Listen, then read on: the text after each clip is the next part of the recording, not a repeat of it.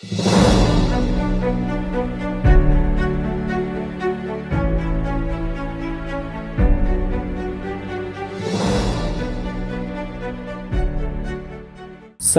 प्रभु यीशु मसीह के नाम में जय मसीह की। दोस्तों, एक बार फिर से स्वागत है हमारे एक और नए वीडियो में।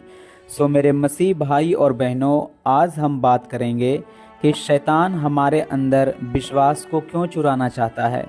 क्यों शैतान हमारे अंदर परमेश्वर के वचन को चुराना चाहता है, इसके पीछे आखिर कारण क्या है। वो क्यों चाहता है कि हमारे अंदर विश्वास ना हो, हमारे अंदर परमेश्वर के वचन ना हो। मेरे भाई और बहनों सुनिए, सबसे पहले हमें ये जानना चाहिए कि विश्वास जो है वो आता कहाँ से है, विश्वास का जरिया क्या है। मेरे भाई और बहनों, विश्वास जो है परमेश्वर के वचन को लगातार सुनने से आता है, क्योंकि रोमियो 10:17 में लिखा है कि विश्वास सुनने से और सुनना मसीह के वचन से होता है।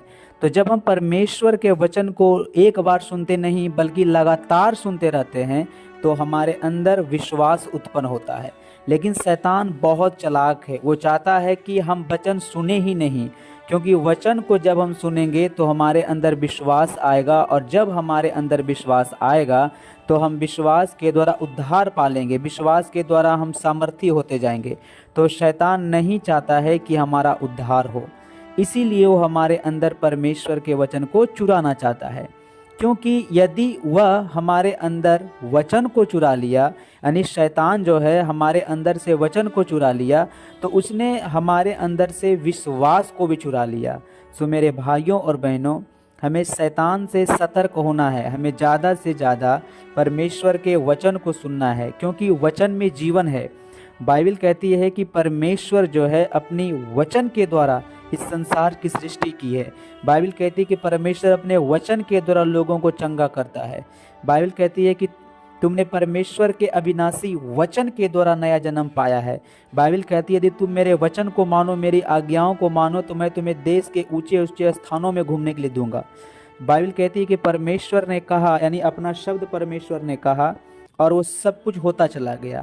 बाइबल कहती है कि परमेश्वर ने कहा, क्या कहा, अपना वचन कहा और नई नई चीज़ें बनते चली गई। और बाइबल नया नियम में कहती है कि आदि में वचन था और वचन परमेश्वर के साथ था और वचन ही परमेश्वर था। तो शैतान को शुरू से चीड़ है कि हमारे अंदर वचन ना हो। जब हम वचन को पढ़ते हैं तो शैतान हमसे चिढ़ता है। मेरे भाइयों और बहनों, हमें शैतान के तीरों से, शैतान के चालाकीबाजी से दूर रहना है और सतर्क रहना है। शैतान को शुरू से उन विश्वासियों से डर लगता है जिसके पास परमेश्वर के वचन भरा पड़ा हुआ है। शैतान को उन विश्वासियों से थोड़ा सा भी डर नहीं है, तनिक भी डर नहीं है जो सिर्फ चर्च जाते हैं। लेकिन शैतान को ज़्यादा उनसे प्रॉब्लम है जो रोज़ बाइबल पढ़ते हैं, रोज़ प्रार्थना करते हैं और प्रतिदिन परमेश्वर के वचन को अपने अंदर भरते जाते हैं और विश्वास में बढ़ते जाते हैं। शैतान को उनसे नफरत है जो वचन से भरे हुए हैं, क्योंकि शैतान भी जानता है कि मैं उसी को पटक सकता हूं जिसके पास परमेश्वर का वचन नहीं है। लेकिन यदि कोई मनुष्य परमेश्वर के वचन से फुलफिल है, परमेश्वर के वचन से परिपूर्ण है, पवित्र आत्मा से परिपूर्ण है, तो वह हमें ही पटक देगा। मेरे भाइयों और बहनों, हमें अपने अंदर वचन से भरपूर करना है ताकि शैतान का दाव हम पर ना चले। शैतान का मुख्य फोकस है हमारे अंदर वचन को चुराना। शैतान अच्छे से जानता है कि वचन में कितने सामर्थ्य है। जितना हम नहीं जानते हैं वचन के बारे में, उससे कई लाख गुना शैतान जानता है परमेश्वर के वचन के बारे में कि वचन में कितनी ताकत है, वचन में कितनी सामर्थ्य है। हमें वचन से भरपूर होना है ताकि हम शैतान को पटक सके और हम उस पर राज्य कर सके।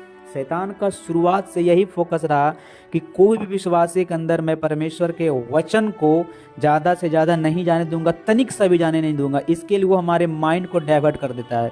आप देखते होंगे कि चर्च में वचन चल रहा होता है, यदि कोई इंसान उठा तो सबका फोकस उधर ही कर देगा, ताकि सबका मन जो है परमेश्वर के वचन से हट जाए और कुछ ऐसी चीज़ें जो परमेश्वर बोलना चाहता है उससे लोग मिस कर जाते हैं। हम लोग के साथ भी ऐसा होता है। क्यों? क्योंकि शैतान कभी नहीं चाहेगा कि हम परमेश्वर के वचन को सुने, हमारे अंदर परमेश्वर के वचन आए।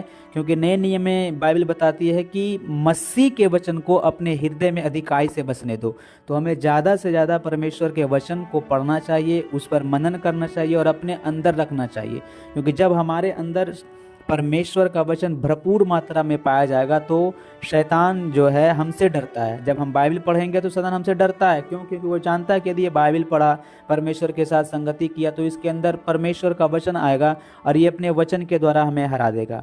अब नए नियम में देखे होंगे कि यीशु मसीह ने भी शैतान से लड़ा, उन्होंने वचन के द्वारा हराया। उन्हें फाइट नहीं किया, एक दूसरे को मारा नहीं, बल्कि यीशु ने कहा लिखा है और वचन के द्वारा हराया।